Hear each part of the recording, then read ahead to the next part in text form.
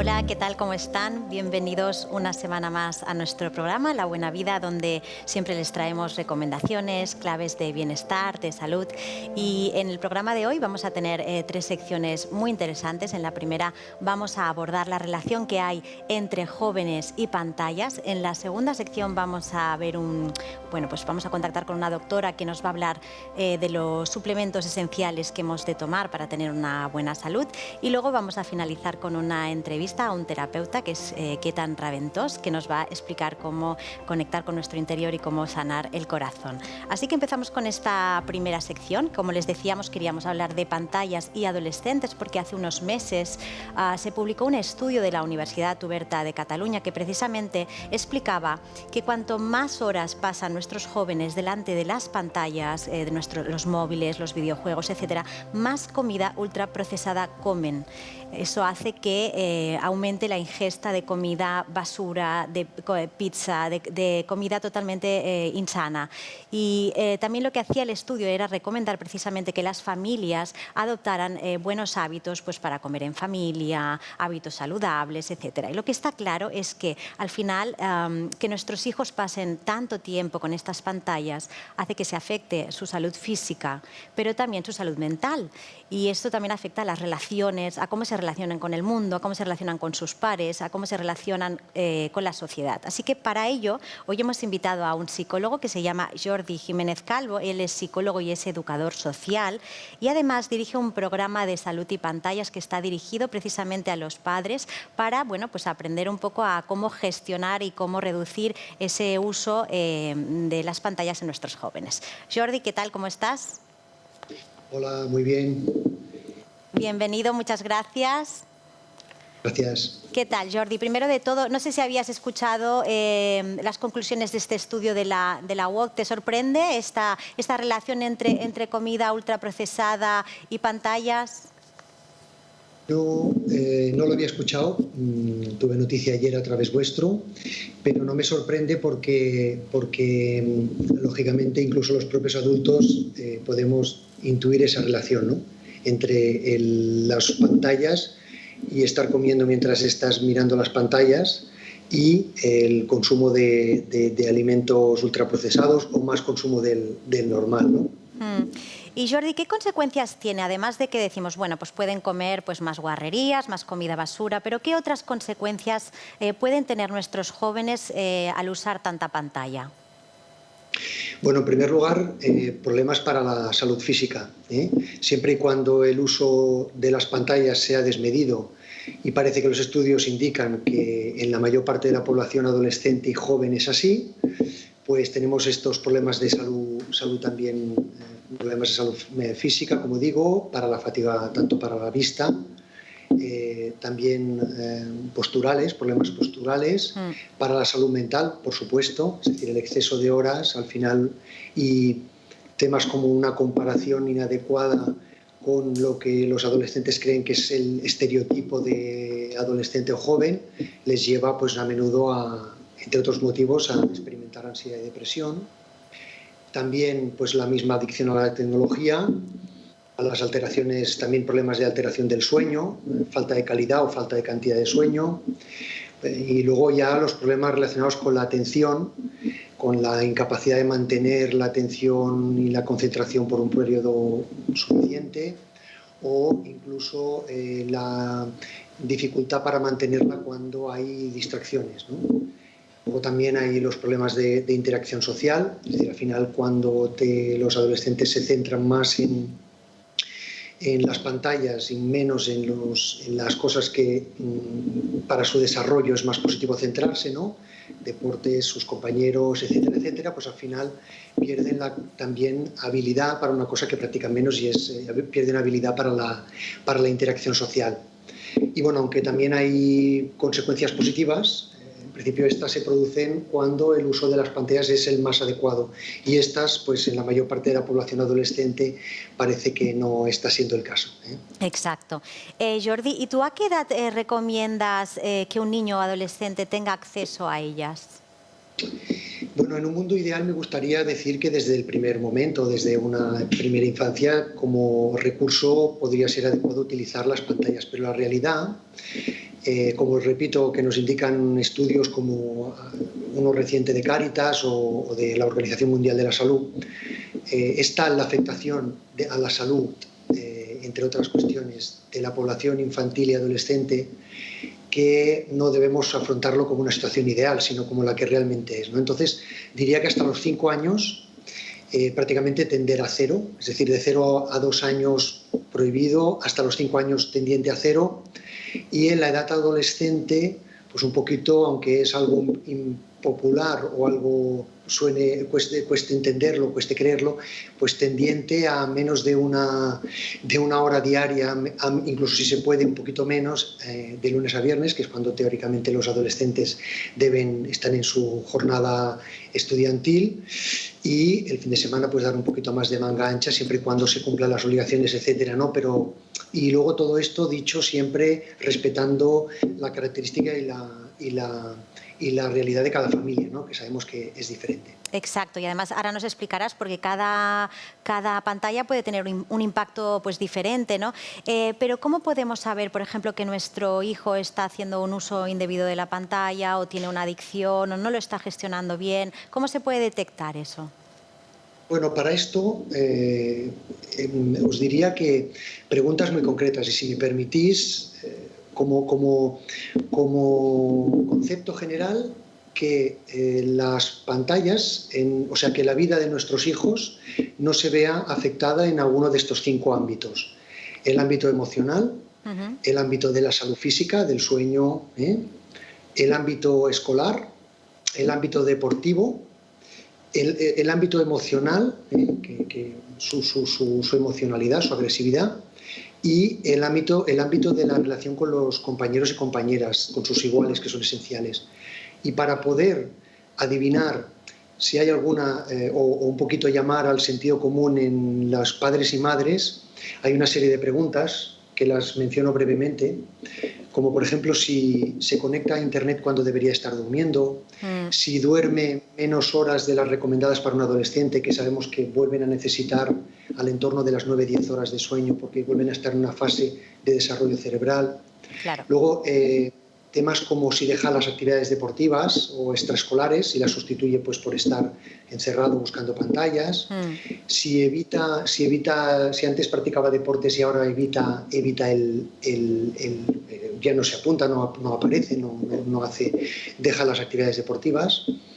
Luego temas como la higiene personal, si se ducha menos o incluso corta los descansos para ir al baño. O si ha dejado de quedar con los compañeros el fin de semana o en vacaciones. Otra pista es si ha empeorado sus notas. Esto es una pista bastante clara para los padres. O si no acaba los deberes, si recibimos avisos por parte de la escuela, o si nosotros como padres nos ponemos en contacto con los tutores de la escuela y vemos que hay falta de asistencia o un decaimiento en las notas. Si ha robado dinero en casa, si ha utilizado la tarjeta, este tipo de cuestiones también son bastante sintomáticas. Sí, y bastante habituales. Y Jordi, ¿qué impacto tiene, por ejemplo? ¿Hay diferencias entre lo que puedan ser las redes sociales, los videojuegos, el móvil, el ordenador? ¿Es diferente? ¿Se gestiona de manera distinta? ¿El impacto es diferente? Pues bueno, hay diferencias en el impacto. En las redes sociales podríamos hablar de que hay más impactos relacionados con la interacción social, y también más parece que las chicas adolescentes son más víctimas porque lo utilizan, son más sensibles o lo utilizan más, con una diferencia no muy grande con los chicos. Y eso pues tiende a aumentar, que de hecho es epidémico, ¿no? Los trastornos por ansiedad y por depresión en adolescentes y chicas adolescentes desde la irrupción de los teléfonos móviles.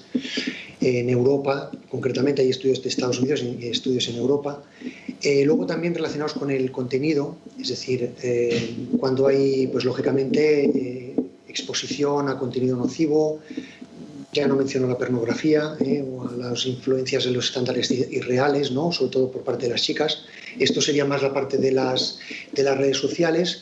Y en cuanto a los videojuegos, podríamos estar hablando de un impacto pues, negativo académicamente en los chicos, en la agresividad, mostrada por estos, o en los, como había mencionado antes, en los robos, hurtos, bueno, pues un poquito sisar la tarjeta de crédito de los padres, o trucos para sacar dinero, vender sus propias pertenencias para poder comprar, es bastante habitual, artilugios para poder participar y subir de escalafón en sus juegos de internet. Además, para los chicos el porno es también desgraciadamente muy utilizado.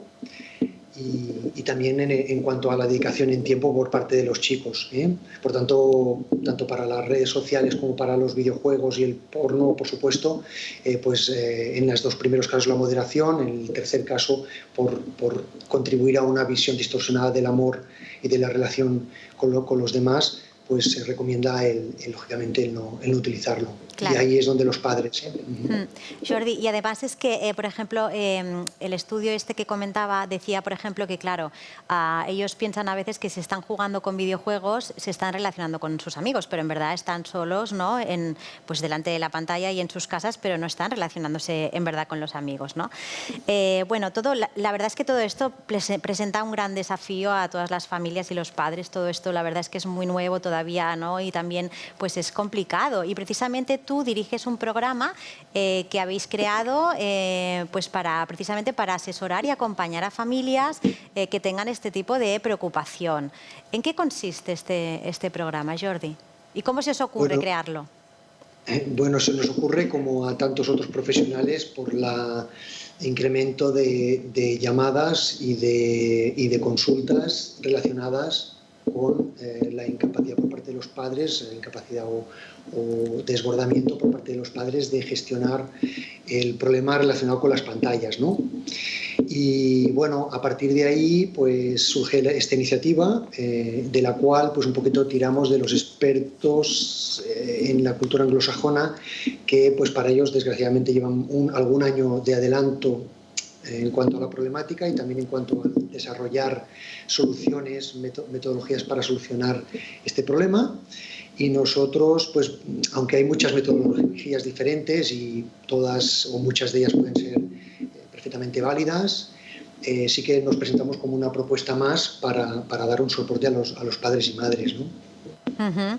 ¿Y qué tipo, por ejemplo, de recomendaciones? Las recomendaciones básicas que les dais. Bueno, la primera sería el entender que una solución al problema en casa de las pantallas, un problema creado normalmente a lo largo de los meses y de los años, que ha irrumpido en las familias, pues no lo vamos a solucionar en un minuto, ¿no? Por tanto, lo primero es paciencia. Que se requiere un cierto tiempo, sí, tiempo y paciencia y efectivamente y un método, una estrategia. Hay muchas que pueden ser válidas, pero una estrategia. Es decir, los padres tenemos que estar ahí, tenemos que estar atentos, esa es nuestra principal función, o de las principales funciones que tenemos los adultos con nuestras familias, y luego a partir de ahí pues una estrategia, perseverar en analizar bien el problema que tenemos, saber el problema concreto que tenemos en casa de cada uno, las características de nuestros hijos las conocemos nosotros y les queremos por descontado, y a partir de ahí pues buscar la estrategia más certera y mantenernos en el método hasta conseguir el éxito, ¿eh? ¿Y qué resultados tenéis? Bueno, positivos, normalmente positivos, cuando los padres entienden que un pequeño cambio en ellos supone una gran mejora en sus hijos, porque obviamente pues, los padres quieren y queremos a nuestros hijos, pues se sorprenden, ¿no?, de cosas que muchas veces los padres tendemos a intentar aplicar cada día la misma solución que veníamos aplicando ayer, ¿no? Y darnos cuenta de que nuestro intento por resolver algo que es de la misma manera que ayer, pues, y que no dio resultado ni antes de ayer ni el mes pasado, pues no da solución, al final necesita de un cambio, ¿no? Y ese cambio lo tenemos que buscar por nuestra cuenta o con el soporte que haga falta, mediante algún tipo de ayuda y soporte, ¿no? Y eso es en lo que nosotros estamos, ¿no?, en aportar una metodología muy concreta a cada una de las familias y un acompañamiento, ¿no?, que perseveren en ello, y los niños, que no son tontos, si me permitís, y las chicas, ¿no?, los chicos y las chicas, se dan cuenta, ¿no?, de ese amor que reciben y de ese esfuerzo por parte de los padres de proporcionar esa mejora, y también entran y toman conciencia de la problemática en la que están, y poco a poco pues también, ¿no?, se contagian de los padres y efectivamente no se producen los cambios, sí. Pues Jordi, muchísimas gracias por estar hoy con nosotros, por ayudarnos también a crear esta conciencia de esta problemática. Desde luego los padres también tenemos mucho que hacer y también que dar ejemplo en todo ello. Así que muchísimas gracias y nada, pues ya te citaremos más adelante para seguir hablando de este tema, porque seguro que todavía saldrán muchas novedades. De hecho, hablando contigo me estaba acordando, y soy malísima para recordarme, pero hace poquito vi precisamente una película muy divertida sobre el tema de la adicción a las pantallas, de Adrián Suárez, que es un actor argentino, y es muy buena también para ver todo esto también. Qué bueno. Aprovecho para deciros que como método para que los padres puedan tomar una primera evaluación de si su problema en casa es pequeño, moderado o grave, en la misma página web saludypantallas.com tienen este breve cuestionario que os he mencionado, y ahí pueden, pues si quieren que les sirva para ellos, o enviarnos las respuestas, y a través de ahí pues intentar darles un poquito de feedback respecto a si el problema en casa es leve o grave, y también puede ser una primera ayuda para estas familias, ¿eh? Y muchas gracias. Muy bien, gracias Jordi, gracias. Gracias, Sonia. Muy bien, pues después de esta primera sección, pues ya lo han visto, pues la verdad es que tenemos que poner todos un poquito de conciencia, porque verdaderamente es un tema que cada vez nos preocupa más y es complicado de gestionar realmente. Y ahora sí que pasamos a la segunda sección y vamos a ver un pequeño vídeo de una doctora que nos va a visitar en el próximo programa, que se llama Berta Pedreño, y que nos va a hablar de los suplementos esenciales para recuperar la salud. Si solo pudiera elegir 5 suplementos, estos serían mis básicos. Vitamina D. Entre el 40 y el 80% de la población tiene insuficiencia, especialmente en los meses de invierno. 2. Magnesio. Es un mineral esencial que participa en más de 300 reacciones fisiológicas que suceden en nuestro cuerpo. La regulación del azúcar en sangre, la producción de energía, el control de la presión arterial. 3. Vitamina C. Podría ser tu escudo contra el envejecimiento acelerado provocado por el estrés diario. 4. Omega 3. Para combatir la inflamación crónica causada por el exceso de omega 6 en tu dieta. 5. Un adaptógeno. Ashwagandha, reishi, rhodiola, esquisandra son mis favoritos. Para combatir el estrés de la vida moderna y equilibrar tu cuerpo y mente de forma natural. Si quieres conocer mis marcas favoritas, visita la sección de productos recomendados. Tienes el enlace en mi bio.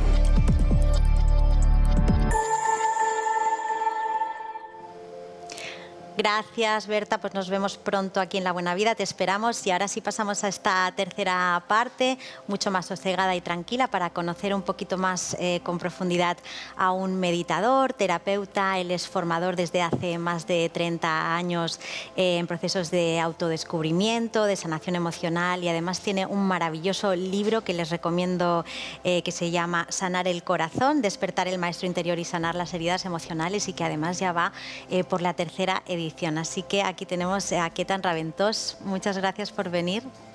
Buenas tardes. ¿Qué tal? ¿Cómo estás? ¿Bien? Muy bien. Muy sí. bien.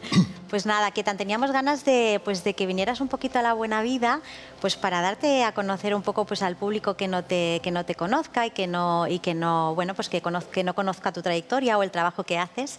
Y nos gustaría empezar un poquito que nos expliques pues quién eres, pues qué pasó con tu historia, ¿no? Con aquel joven que iba con su cámara por ahí fotografiando, y que ¿quién eres?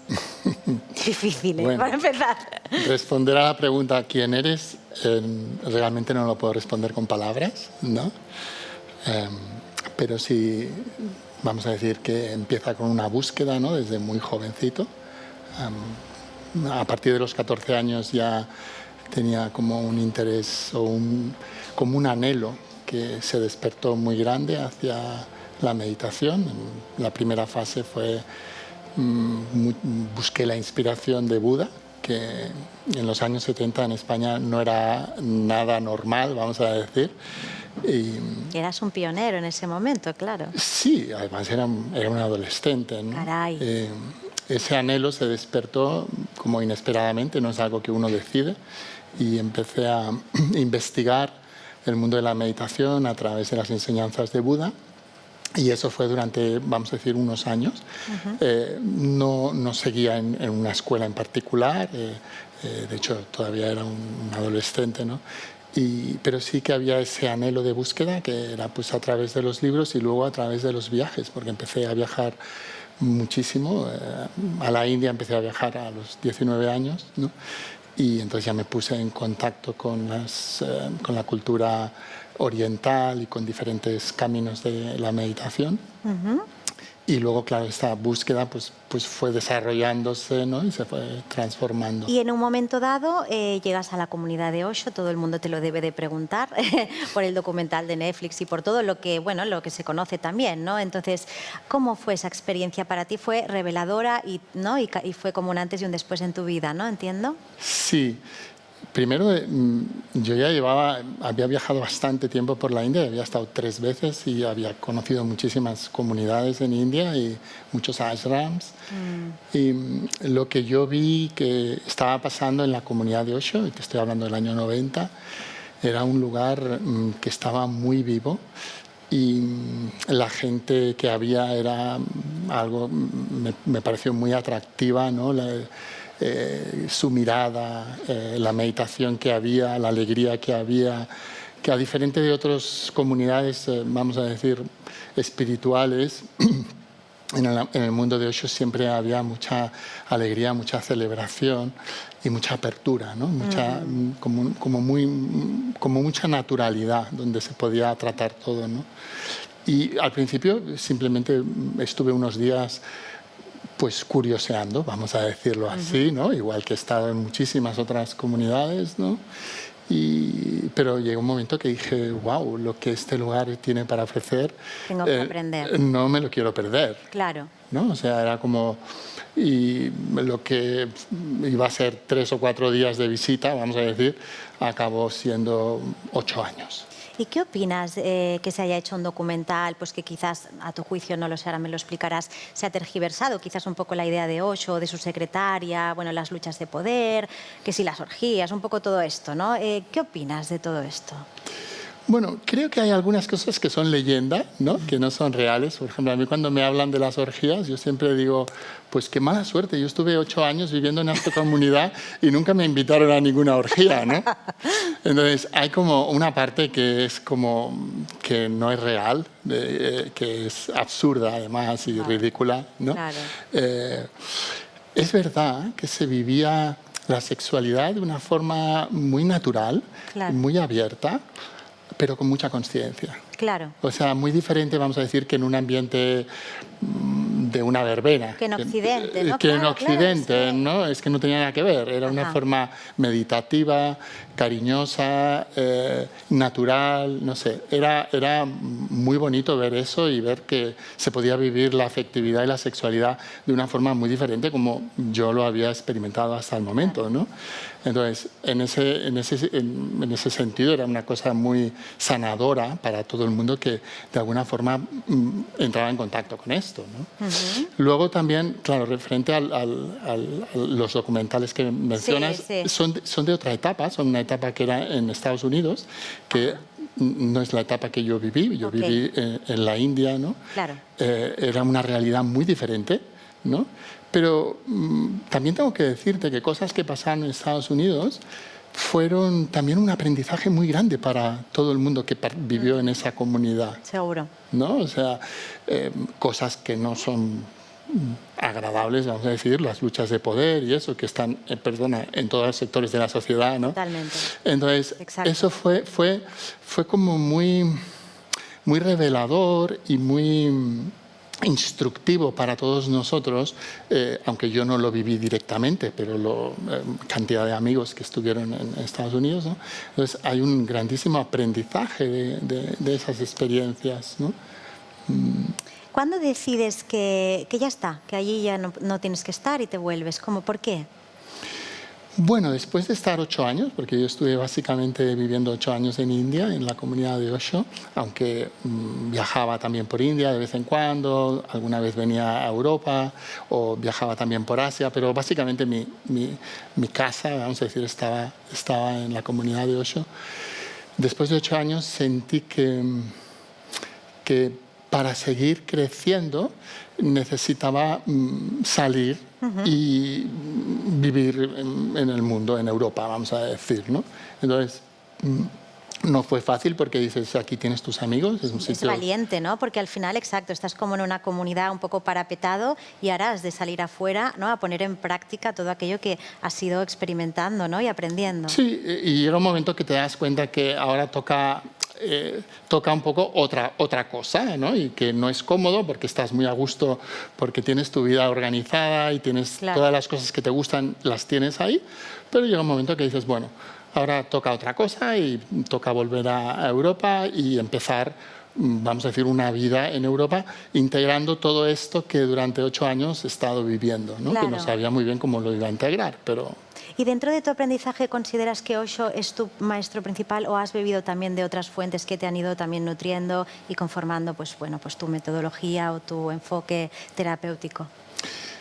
Sin duda Osho es mi maestro principal, aunque menciono, tengo muchas otras fuentes, ¿no? Por ejemplo, Rumi ha sido muy importante para mí, Buda ha sido muy importante, Lao Tse, ¿no? Han habido Ramana Maharshi y otros místicos, quizá que no son tan conocidos, ¿no? Que todos han sido una fuente de inspiración porque he pasado tiempo con ellos, con los contemporáneos he pasado tiempo con ellos y con los que no son contemporáneos los he leído y absorbido mucho de sus enseñanzas, ¿no? Entonces, pero vamos a decir, la base, el que me abrió todas las puertas, por decirlo de alguna manera, fue Osho.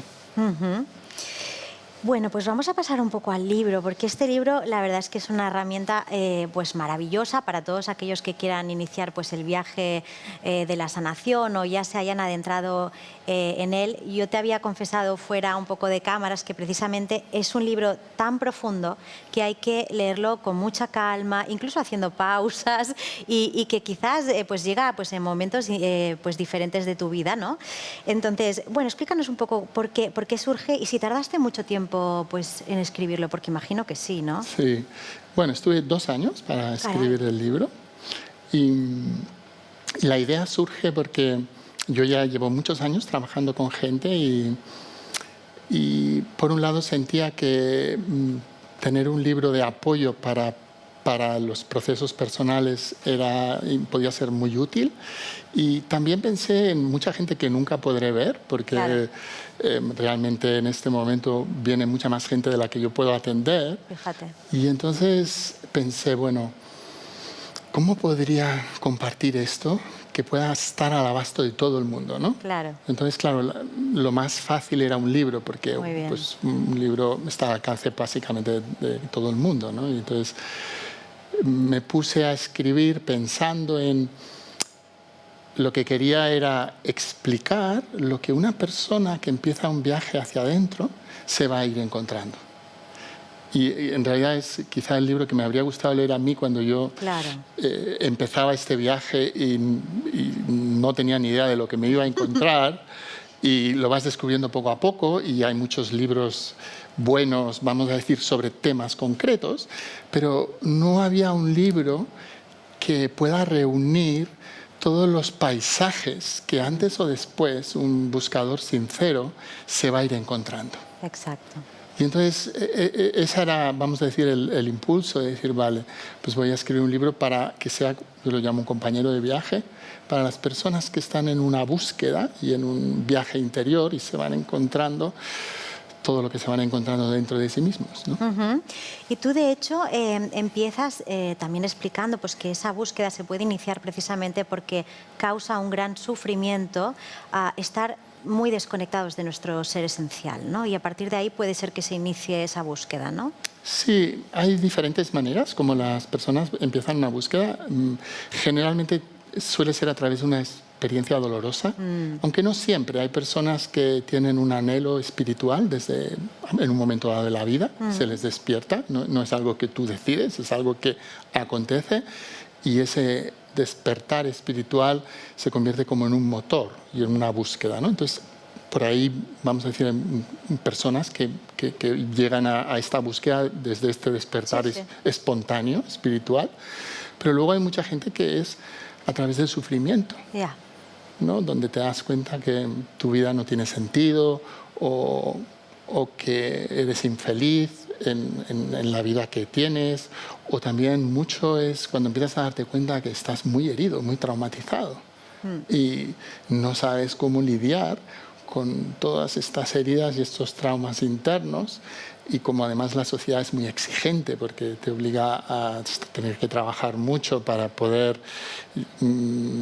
mantenerte, vamos a decir, no nos da tiempo a mirar hacia adentro. Exacto. Y además, mira, hay una cosa, bueno, podríamos estar horas, porque la verdad es que es impresionante, pero uno de los conceptos que me hizo también pensar es lo de la zanahoria de la felicidad, ¿no? Que parece que estás todo el rato detrás, y ahora sí, ahora lo consigo, y ahora soy feliz, y ahora tal. ¿Esto me lo puedes desarrollar? Sí, fíjate, desde que venimos al mundo, el mensaje es que serás feliz cuando se cumplan una serie de requisitos, ¿no? Por eso yo le llamo la zanahoria, ¿no? Nos ponen la zanahoria y dicen, cuando llegues a la zanahoria todo estará bien, ¿no? Y lo hacen las personas que te quieren, ¿no? Con buena intención, pero con muy poca conciencia, ¿no? Entonces, básicamente, los primeros 30, 40 años de nuestra vida lo que hacemos es perseguir zanahorias, ¿no? Perseguir cosas o sueños o experiencias que creemos que cuando vivamos eso estaremos completos y seremos felices. Normalmente uno necesita 40 años, a no ser que estés muy despierto, para empezar a darte cuenta que esto no tiene ningún sentido porque la zanahoria siempre está en otro lugar y cuando tienes la zanahoria te sientes frustrado y quieres otra zanahoria, ¿no? Entonces, uno tiene que vivir eso, no sirve que alguien te lo diga, tú tienes que vivir y dices, bueno, ¿qué estoy haciendo? Estoy corriendo detrás de zanahorias. Es una estafa, ¿qué tal? Sí, además llega un momento que has aprendido a perseguir zanahorias y quiere decir a desconectarte de ti. Exacto. Y llega un momento que entrar en contacto contigo te sientes tal incomodidad, claro, ¿no? Que entonces necesitas más zanahorias. Claro, claro, ¿no? claro, claro. Y hasta que llega un momento que algunas personas dicen, esto es una locura. Exacto, exacto. Y ese vacío, también hablas, ¿no? Que algunas veces es porque porque siempre dentro de nosotros, o quizás de todos, pero siempre hay un niño herido, ¿no? Y es difícil, ¿no? Verlo, quizás, o no queremos mirar, o nos escapamos, pero si conectáramos con ese niño herido todos, quizás a partir de ahí podríamos abrirnos, ¿no? Bueno, es normal que no queramos mirar esa parte herida. En psicoterapia se le llama el niño o la niña herida, ¿no? Que es esa parte emocional de los primeros años que ha sido herida. Es normal que no queramos entrar ahí porque duele, ¿no? Entonces, muchas cosas de las que hacemos es precisamente para escapar de eso, ¿no? Pensamos que si consigo esto, si consigo lo otro, esto va a dejar de molestar, ¿no? Pero realmente hasta que no nos hacemos cargo de esa parte herida, eso va a sabotear nuestra vida, ¿no? Entonces, cuando eso está generando muchos problemas, porque normalmente esto sabotea mucho las relaciones, particularmente las relaciones de pareja, ¿no? Entonces, como todo el mundo o la mayoría de personas quieren tener una buena relación de pareja, esta parte que no quieres mirar, que está herida, es la que va a ir saboteando la relación, ¿no? Entonces, eso hace que algunas personas a partir de ahí digan, bueno, si yo no quiero repetir siempre los mismos patrones que pasan personas interesantes por mi vida, pero las relaciones no me funcionan, necesito revisar algunos temas internos. Entonces eso es lo que hace que empecemos a investigar las heridas, el trauma de ese niño o de esa niña interna, ¿no? ¿Y cuáles son las principales heridas que tú también abordas en el libro? Hay varias. Una muy importante y universal es la herida de abandono, que aunque la palabra suene un poco fuerte, no significa que nuestros padres nos dejasen en una caja de zapatos frente a una iglesia. No, la herida de abandono se va generando a tantas experiencias donde no recibimos la conexión, el cariño, la presencia, el apoyo que necesitábamos. Claro. De niño, ¿no? Entonces hay cantidad de momentos donde eso lo hemos vivido y esa herida luego va a repercutir mucho, particularmente en las relaciones de pareja, ¿no? Tú trabajas mucho la pareja porque crees que es en el ámbito donde más se puede conectar con la intimidad y a partir de ahí trabajar de manera más profunda. Bueno, trabajo mucho en la pareja porque como estoy trabajando con las heridas del ser humano, y apoyando a las personas a su propio bienestar y a tener relaciones sanas. Entonces, claro, como hay tanto interés en tener una relación sana, ¿no? Pero hay tanta dificultad al mismo tiempo. Entonces, claro, si no queremos repetir los mismos patrones, necesitamos revisar algunas cosas. Claro. Entonces, mucha gente sí contacta conmigo y con mi pareja, que también es terapeuta, para revisar esos temas. Y también, aparte de la pareja, Ketan, también hay uno de los capítulos que los dedicas pues, un poco a ordenar, ¿no? Tu árbol o reparar tus vínculos, que dices tú, ¿no? Sí, otra parte muy importante donde se genera muchísimo sufrimiento son los vínculos familiares, ¿no? Y es natural, la familia es la relación más larga que tenemos porque es desde el primer día y a veces han pasado cosas muy dolorosas o muy traumáticas y eso tiene un gran condicionamiento en nuestra vida, ¿no? Entonces, antes o después necesitamos revisar eso y reparar esos vínculos. ¿No? ¿Y cómo ves tú la evolución del trabajo interior que vamos haciendo ahora? ¿Crees que la gente pues tiene más conciencia que cuando tú empezaste, ¿no? Me hablas de hace 30 años, cuando tú empezaste en Barcelona a lo mejor a trabajar con la gente ahora. ¿Cómo lo ves? Hombre, no tiene nada que ver. Cuando yo empecé era una cosa como que estaba muy exótica, sí. ¿No? La gente nos miraba como si fuésemos un poco raros, ¿no? E incluso con una cierta desconfianza, claro. ¿No? Y la verdad es que nos ha sorprendido mucho que de repente de pasar de ser una cosa extraña, vamos a decir, a ser una cosa ahora muy, muy normal, ¿no? O sea, ¿quién no tiene un amigo, un hermano, una pareja que está haciendo terapia, que está haciendo algún proceso interior? O sea, ahora yo creo que es muy normal, ¿no? Pero hace 30 años no era nada normal. Y tendría que estar prescrita, ¿no? La terapia en todo el mundo, o sea, hacer ¿no? Cuidado físico, pero también cuidado emocional. Sí, y tendría que ser ya en la escuela. En la escuela, exacto. Si te fijas, nos pasamos 20 años más o menos aprendiendo cosas, ¿no? Pero no aprendemos nada de nuestro mundo interior. Y yo no digo que no sea importante la geografía y las matemáticas y todo esto es importante y tiene su lugar, ¿no? Pero si no nos conocemos, y una cosa es cierta, vas a tener que vivir contigo. Exacto. Y si tú no conoces tu mundo interior, si tú no tienes herramientas para lidiar con tus heridas, con tus traumas, con tus activaciones internas, la vida es muy complicada. Claro. Y realmente si lo miramos con honestidad, cuando salimos de la universidad, somos analfabetos de nuestro mundo interior. Totalmente. Tendremos un diploma y tendremos mucha información de cosas muy interesantes, pero de nuestro mundo interior somos ignorantes. Totalmente. Ketan, antes de terminar, me gustaría que me explicaras un poco en qué consisten tus retiros. Bien, ofrecemos dos tipos de retiros. Uno son de fin de semana, que es como un seminario donde tú vas y hay unas clases y unas meditaciones y unos ejercicios de autoexploración y de sanación, y luego te vas a dormir a casa. Vamos a decir, son seminarios de fin de semana que voy haciendo en Barcelona y en Madrid. Barcelona y Madrid. Sí. Y luego están los retiros que son en el Pirineo, en una masía, donde nos retiramos una semana y durante una semana hacemos un trabajo interno que es vivencial, o sea, no es como una clase, ¿no? Es un trabajo donde tú vas investigando, ¿no? Vas investigando tu propio mundo interno. Y en grupo. Y con otras personas, a veces hay ejercicios con 2 o 3 personas, ¿no? Otros que son con grupos más grandes, ¿no? Hay muchas dinámicas diferentes, ¿no? El objetivo es que tú te conozcas, que tú realmente te conozcas profundamente y que tengas herramientas y recursos para gestionar bien tu mundo interno. Qué bueno. Pues tenemos que dejarlo aquí, Ketan, pero me encantaría traerte otro día para que sigamos hablando. Pues ya lo han conocido, la verdad. Pues aquí tienen también el libro, Sanar el Corazón, de Ketan Raventós. Él imparte seminarios y talleres, como ha dicho, en Barcelona, en Madrid y también en los Pirineos. Así que también, pues bueno, pues muchísimas gracias por venir.